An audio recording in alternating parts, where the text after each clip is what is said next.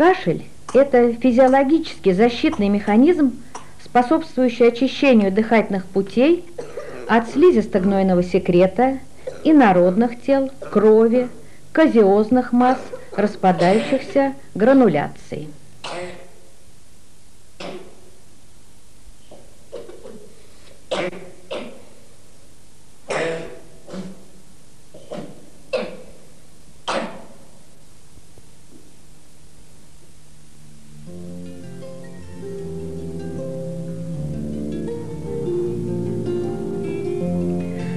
Кашель – рефлекторный акт, который начинается с раздражения афферентных нервных рецепторов, расположенных в слизистой оболочке задней стенки глотки, гортани, трахеи и бронхов.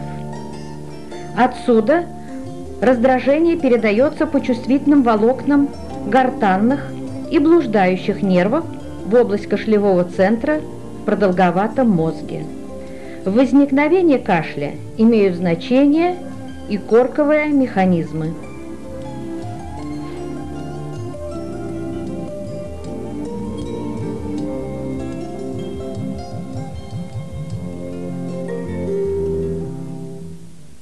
Кашель начинается с глубокого вдоха, за которым следует напряжение бронхиальной и всей дыхательной мускулатуры при закрытой голосовой щели.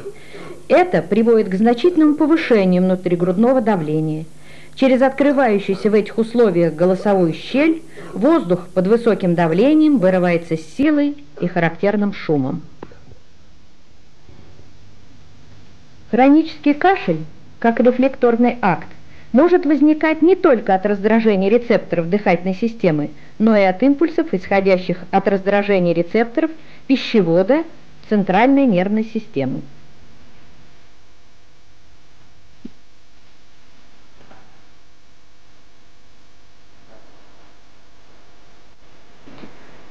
Применение комплекса диагностических мероприятий позволяет выявить причину хронического кашля и верифицировать диагноз заболевания. Эндоскопическая диагностика начинается с исследования верхних дыхательных путей. Под местной анестезией фибробронхоскоп проводится по носовому ходу. Видна нижняя носовая раковина. В назофарингеальной области выявляется массивное аденоидное разрастание. Аденоидит сопровождается постназальными затеками слизи по задней стенке глотки.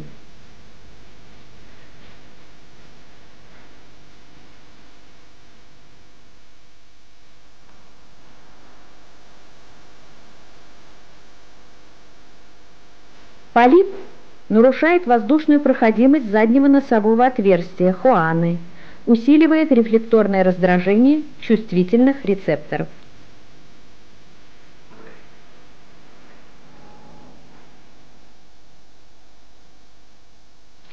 Фибробронхоскоп подводится к гортани. Выявляется ларингит. Черпало-надгортанные и гортанные складки покрываются тягучей слизью. Слизистый секрет заполняет морганевые желудочки и грушевидные пазухи. Пленка слизи на гортани препятствует воздушному потоку.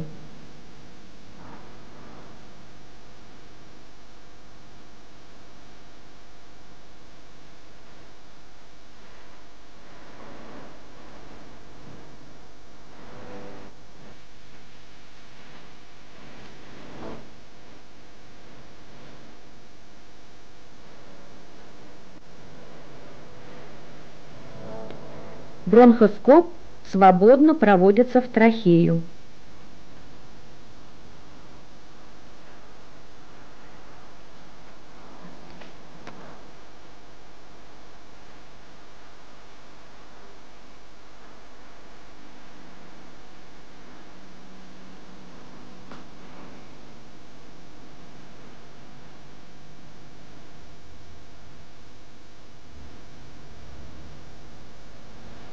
Трахея. Кашлевой рефлекс подавляется инстилляцией лидокаина на бифуркацию. Больная 5 лет. Постоянный кашель с мокротой. На мембранозной стенке трахеи выявляется круглое отверстие, местоположение которого характерно для устья трахеопищеводного свища. Выражено воспаление с выделением слизи и гноя. При эзофагоскопии у этой больной на левой боковой стенке пищевода обнаружено устье. Проведение зонда и фистулография подтвердили диагноз врожденного трахеопищеводного свища.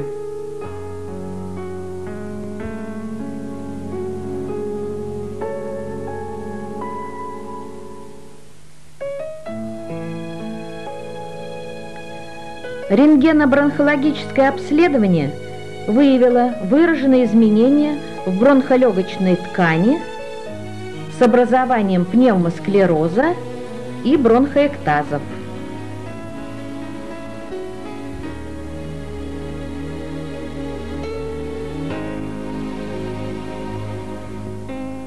Причина хронического кашля у 8-летнего ребенка длительное время оставалась нераспознанной.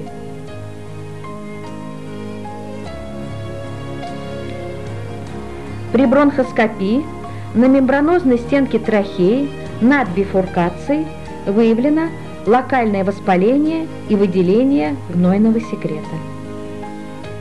После аспирации гнойного секрета на мембранозной стенке трахеи выявлен свищевой ход.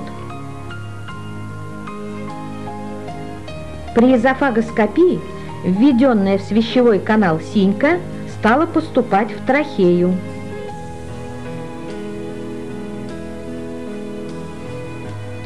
В результате постоянного забрасывания содержимого пищевода в бронхи у больного сформировались цилиндрические бронхоэктазы.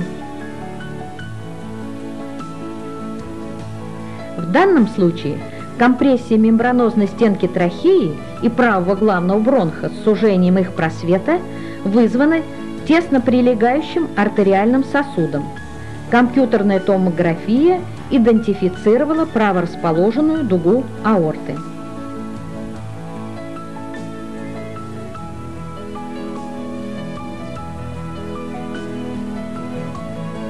Нередко при бронхоскопии обнаруживается передневаскулярная компрессия трахеи выше бифуркации с характерной правосторонней скошенностью стенки.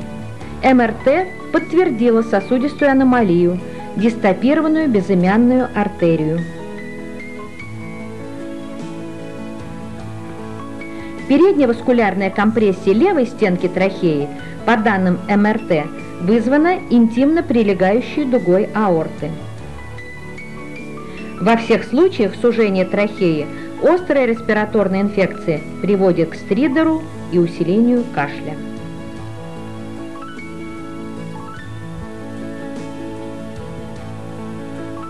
Трахейный бронх располагается на правой стенке выше бифуркации. Легкость возникновения воспаления в аномальном легочном сегменте инициирует кашлевую реакцию. Редкая причина кашля – дивертикул мембранозной стенки трахеи. Широкий карман нарушает ламинарный поток воздуха, затрудняет выделение бронхиального секрета.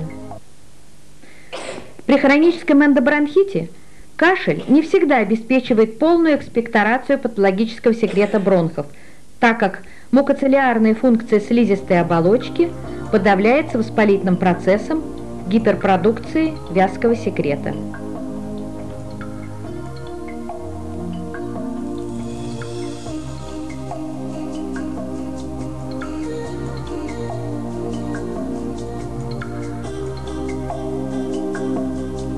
Бронхоскопические наблюдения показывают, что хронический эндобронхит может проявляться диффузным отеком и эксудацией слизистой оболочки, сглаженностью межхрящевых промежутков бронхов.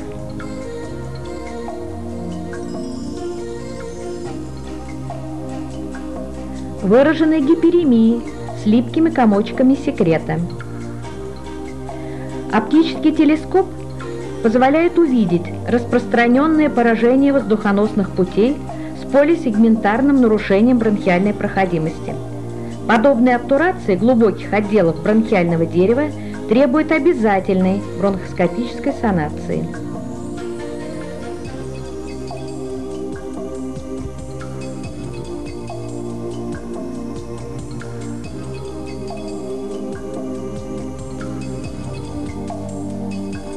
Плотные пробки загустевшего секрета приходится извлекать экстракционными щипцами, так же, как и инородные тела бронхов.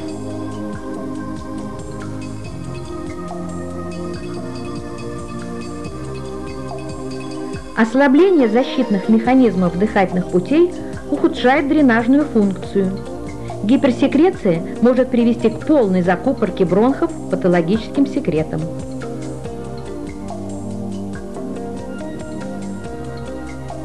Длительное носительство инородного тела бронха.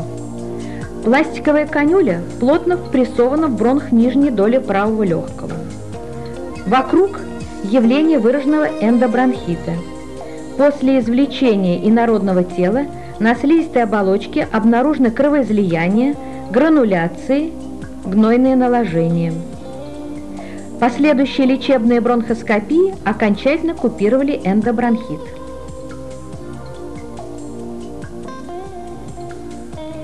Бронхоскопия является методом выбора в дифференциальной диагностике заболеваний органов дыхания. Благодаря современным технологическим достижениям в медицине исследования могут проводиться у детей любого возраста.